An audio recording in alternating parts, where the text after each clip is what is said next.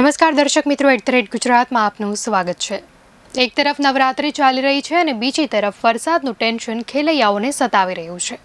ત્યારે ગુજરાતમાં હવે લગભગ ચોમાસાની વિદાય થવાનું મનાઈ રહ્યું છે। હવામાન નિષ્ણાંત અંબાલાલ પટેલની આગાહી સામે આવી ગઈ છે। અંબાલાલ પટેલે આગામી 16 થી 22 ઓક્ટોબર સુધી રાજ્યમાં વરસાદ પડી શકે તેવી આગાહી કરી છે। અંબાલાલ પટેલની આગાહી મુજબ આજથી જ હવામાનમાં ફેરફાર થઈ શકે છે। ત્યારે આગામી 7 થી 12 ઓક્ટોબર અરબી સમુદ્રમાં હલચલ જોવા મળશે, જેના કારણે રાજ્યના કોઈ ભાગોમાં વરસાદ પડી શકે છે।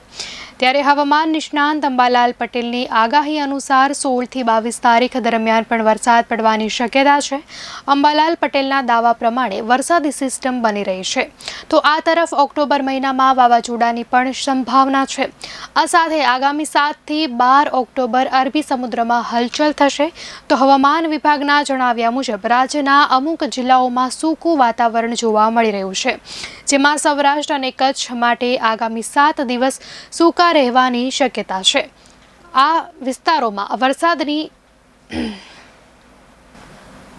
જેમાં સૌરાષ્ટ્ર અને કચ્છ માટે આગામી 7 દિવસ સૂકા રહેવાના છે।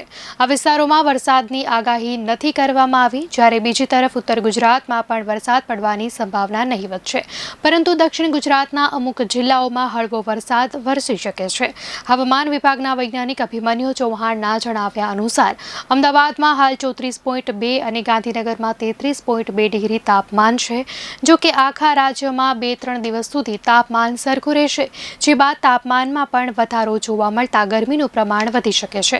તો હવામાન નિષ્ણાંત અંબાલાલ પટેલની આગાહી પ્રમાણે 5 ઓક્ટોબરના રોજ હવામાનમાં પલટો આવશે અને દક્ષિણ ગુજરાતમાં હળવો વરસાદ પડશે, તેમજ વડોદરાના અમુક વિસ્તારોમાં વરસાદ પડવાની શક્યતાઓ છે।